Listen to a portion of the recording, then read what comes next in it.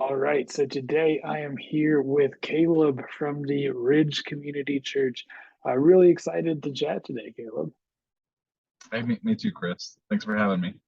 Absolutely. So I'm curious, what called you into ministry and how did you find your current role at the Ridge? My parents tell me that I've had a calling into ministry since a very young age. Um, Mhm. had a lot of trials growing up, a lot of difficult things, just with my family's circumstances and some of the experiences that I had. Um, but ultimately, I think the biggest difference maker for me was the volunteers that I had the pleasure of just being mentored and ministered to. That I had the pleasure of being mentored by and being ministered to from. So, pretty much everybody that I grew up with in my neighborhood has been in and out of prison. They've got Mhm. addiction problems of a wide variety. They've Mhm. got multiple kids with multiple partners and are unmarried. And the difference between myself and them were the volunteers that saw me as an individual, saw potential in me, and exercised intentionality in their discipleship of me. Mhm. And I truly believe that that's one of the biggest difference makers is they they made a change in my life and inspired me to want to make the same change in the lives of other kids. So I think that's ultimately how I got called into ministry. And as far as my role at the Ridge, my wife and I had attended for about a year and a half before I stepped into this role. Um, I was Mhm. actually invited into this role with the church because of my consistent volunteering and serving and the faithfulness there, but them identifying the passions and the giftings that I had and being able to invite me into that as they cast vision for me as a volunteer, as a church member, and as a valued member of their faith community. They invited me in because of my passions and my giftings and the intersecting need that they had as a church plant. Absolutely. So Yeah, well, that is awesome. Love how, God had you kind of pulled into that opportunity from your volunteering. And yeah, well, that's, really impactful and appreciate you opening up about your upbringing there, Caleb. I'm kind of curious, how does your background, the area around the people you grew up with, how does that impact how you and your team members in ministry kind of look out for and try to help those kids today? absolutely. Currently the makeup of our congregation looks very different from the community that I grew up in. The Hmm. community that I'm in is notably more affluent. That doesn't mean that there are less problems. It just means that there's different Yeah. struggles that these families have and that these kids have. Um, Ultimately, I think my background really helps me to see some things that would be identified as behavior issues in children, and Mhm. being able to recognize, hey, that's not just a kid that's hyper or a kid that won't listen. There's probably something behind that behavior that isn't just inherently known. There may be something behind the scenes that's affecting that child in a different way. And so being able to exercise patience and love and grace, and then being able to just have my team's awareness of, hey, we don't know what the home life of some of these kids is. We don't know what their day to day may look like. And so here we are in ministry on a Sunday morning or on a Saturday afternoon with a specific event. And really, this is just an intersection of time that we have with them. And so let's maximize this experience. Let's maximize the connection and the foundational relationship that we hope to be building and establishing and further developing. and let's just exercise intentionality with every moment that we have with them. Absolutely. Could not agree more. And yeah, that definitely gives you some perspective there. And being intentional in things, like what advice do you have for leaders who want to, foster some more intentional relationships in their ministry? To like what you said, hey, the kid's maybe not obnoxious or like hyper or something. It's probably something deeper here. Like, what advice do you have for being more intentional in next gen ministry? So I think the biggest thing that you can do is one, have the curiosity. Um, we desire as people to be known. And Mhm. when someone assumes that they know you because of something that they identify, that is the furthest thing from being known.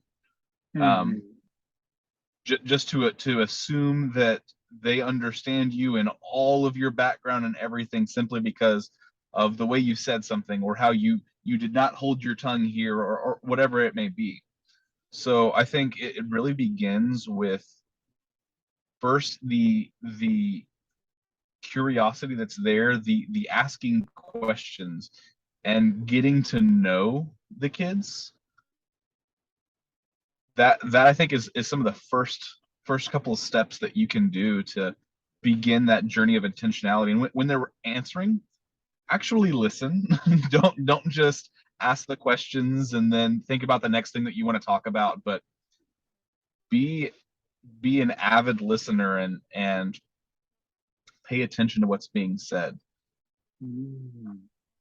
Yeah, absolutely. And being an active, avid listener is a whole lot different than listening just so you can like wait your turn to talk.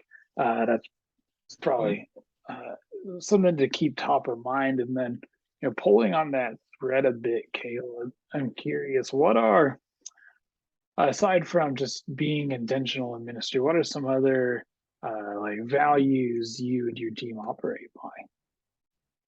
So I think at its core, our relationship with God is a relationship. Like our our existence as a Mm, creation is mm, totally dependent on our relationship with God. absolutely. There are some theological um, observations where people have basically identified to exist at all is to have relationship with God, and Mm, if that's a key element to our existence, why wouldn't that be a key element of our faith community? God created us to be relational beings, to exist in community with Him as well as other people. And mm, so relationship is really at the crux of everything that we do. Um, and relationship requires multiple imperfect people trying to operate together and align themselves in vision or in purpose or mission. And so that requires that intentionality that I talked about before. But one of the things that was instilled in me from my high school every day, as the morning announcements were closing, um, our one of our assistant principals, he would get on there and he'd say, "Excellence without compromise. It's who we are. mm, It's what we do." So it's that excellence and the pursuit of excellence, mm, and not falling short of that, but having the integrity in that pursuit of excellence. So I think mm, relationship at its core, intentionality being intrinsic, the pursuit of excellence, and ultimately all of those things kind of culminate in the idea of stewardship, that everything that we encounter, everything that we have before us is a gift and an opportunity from God, and mm, the appropriate response is to steward that opportunity well, to steward that relationship well, to steward those resources well. And so, mm. just relationship, excellence, intentionality, and stewardship. I think those are really the core principles that I operate by, and I strive to encourage within our team. Absolutely. Yeah, and really like that. You know, the view on having a relationship with God, because He didn't have to create you, and He did. Like each of us, we are here because of Him, and so seeking a relationship is the way to exist. So, yeah, that is a great perspective on that, Caleb, and those are some awesome Thanks. values. Absolutely, and I'm curious, what are some like both short term and long term goals at your ministry and stuff? Yeah, so short term, really, as a church plant, we're a growing operation.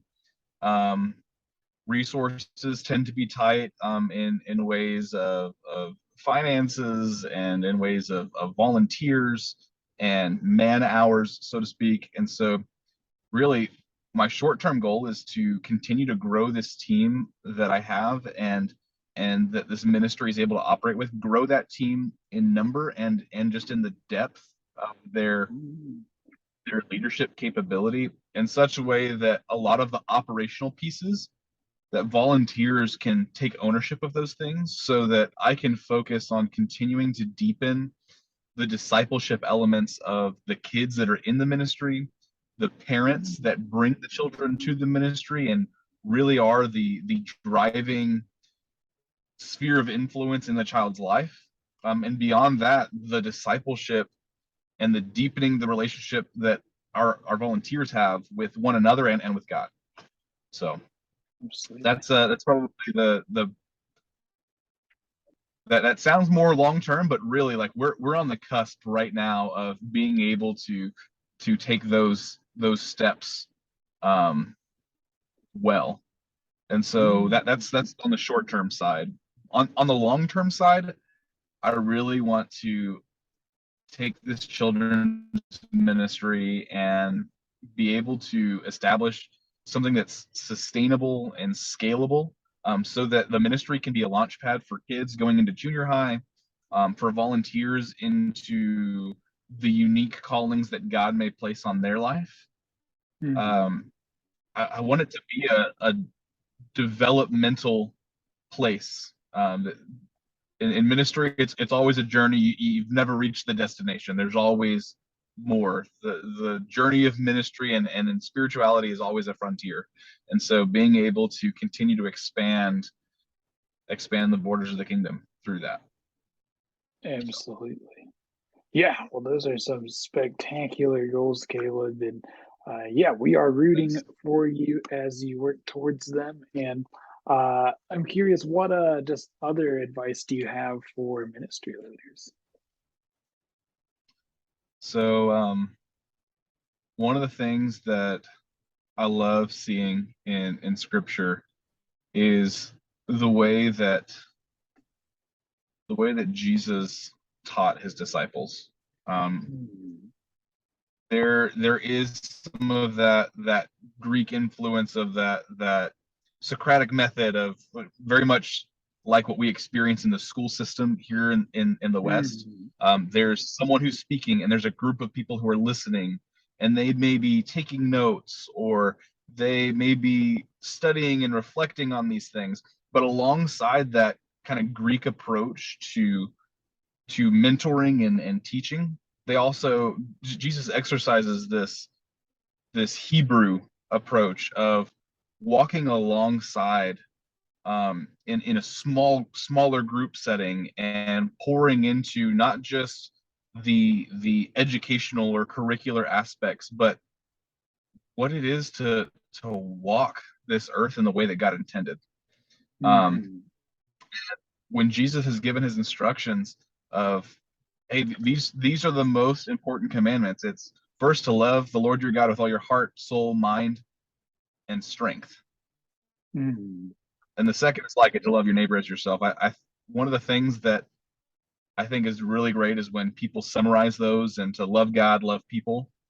But one of the things I think that gets missed in that is the holistic aspect of that first command of everything about who you are Mm. is dedicated towards loving and worshiping God.